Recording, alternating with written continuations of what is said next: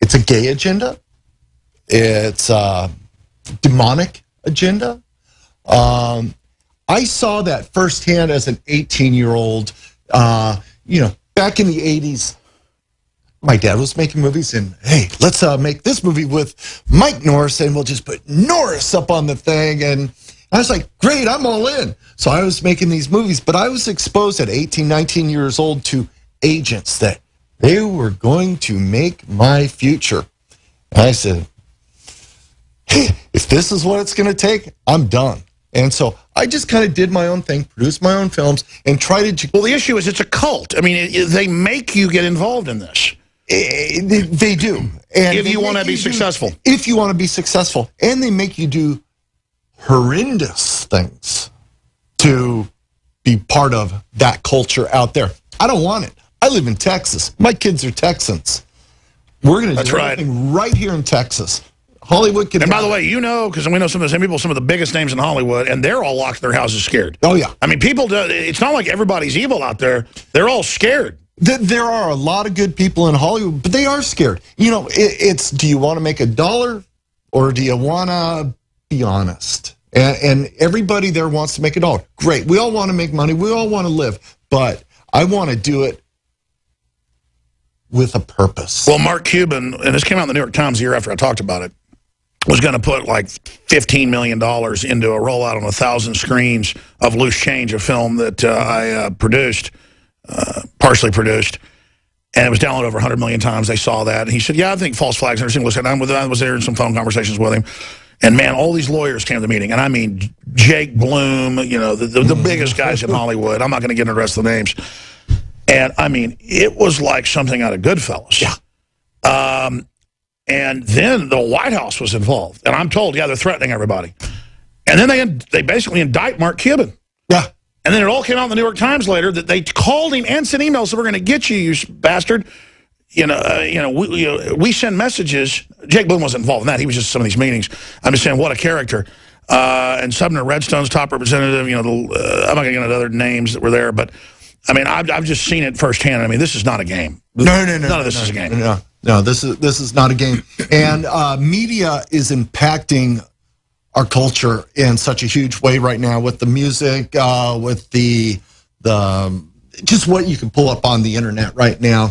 So we have to, there are problems that we need to address, and that issues that Gary's passionate about, that I'm able to kind of help facilitate that, things that I'm passionate about, that Gary's able to help facilitate me. So it's really been a huge blessing for him and I to come together. Absolutely. And we're so much... You've got a lot of websites. No. What's the best... You know what?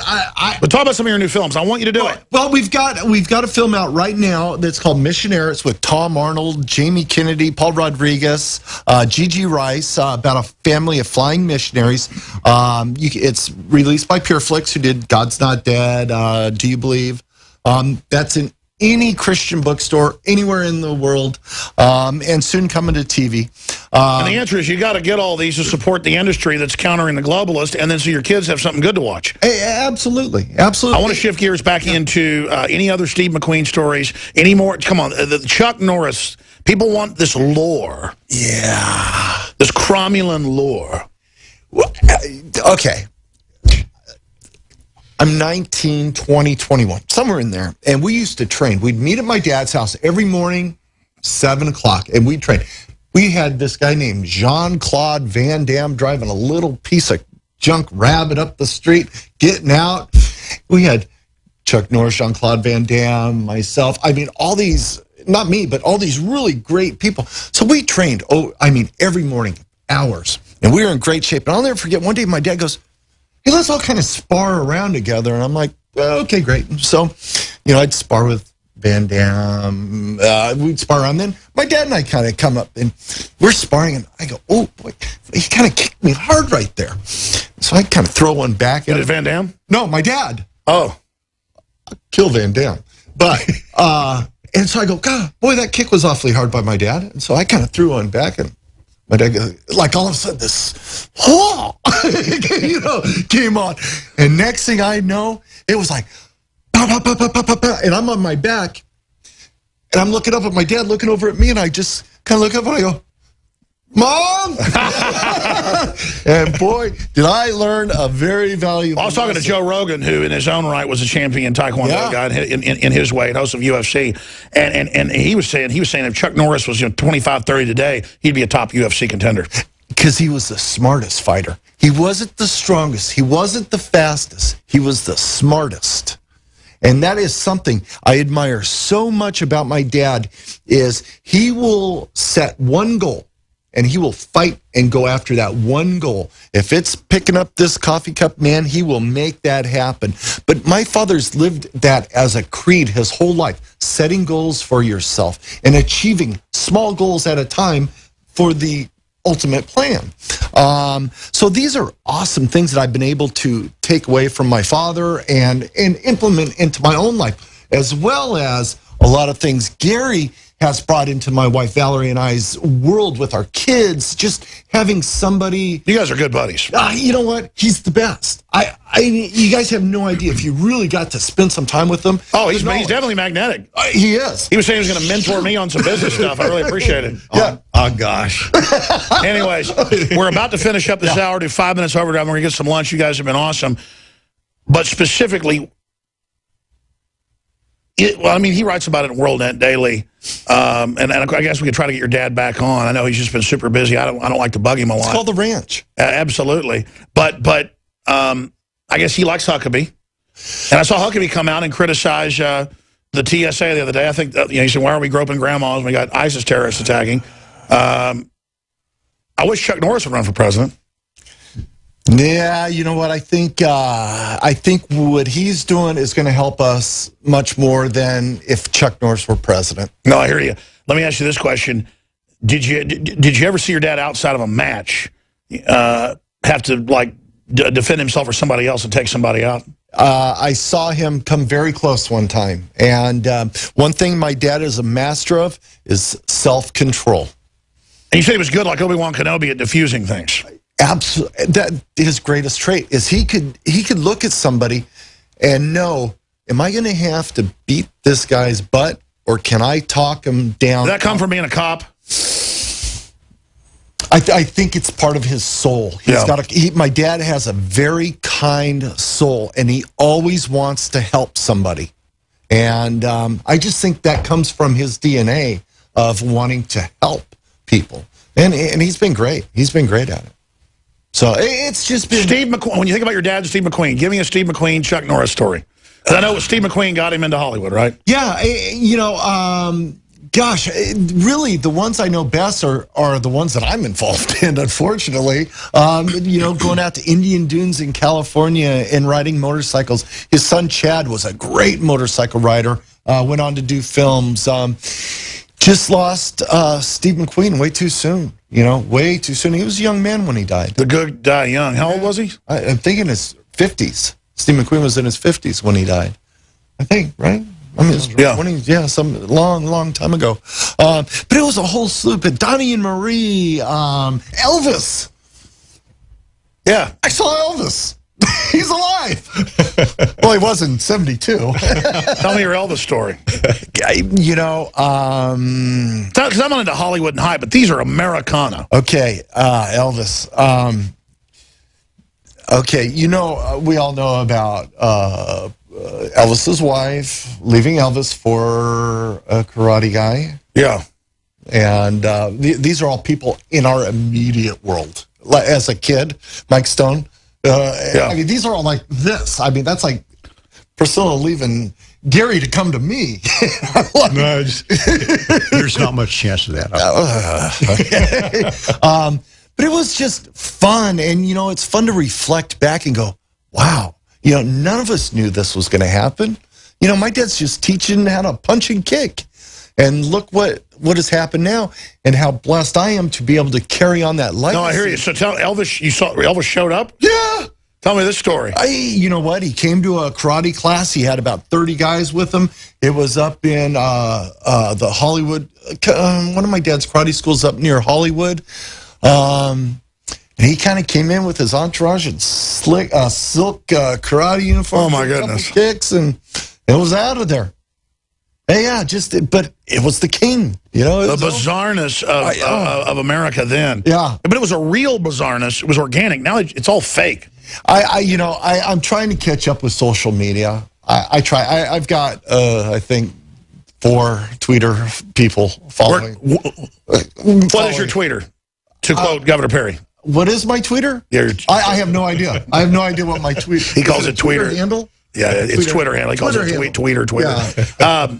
My kids do it. Hey, we're not gonna. But your dad, I hear, does not have a temper either. I'm being sarcastic. Yeah. Okay. I've had a number of flying objects come at me on a movie set from my dad. I unfortunately one time yelled "cut" too soon. So he's Zen on one side, but the others Enter the Dragon. Yeah, absolutely. And it's, you know what? I'm his son, so he could throw a walkie. Hey, I have a temper. I threw one of these microphones yesterday. Hold on, we'll be right back. We're gonna do 5 minutes overdrive. You guys are out here. You're awesome. The film Amerigeddon, November 2015. The Genesis Communications Radio Network. About, hey, who would win in a fight between you and Bruce Lee, knowing that online it's a joke, asking who would win. I mean, Bruce Lee was basically an artist. He wasn't a fighter, so there was just really no comparison, but not running down Bruce Lee. My dad would kill Bruce Lee. Hands down. In a street fight. That's it. My dad would take Bruce Lee any day. Bruce Lee was a master at exactly what you said. He was a master technician.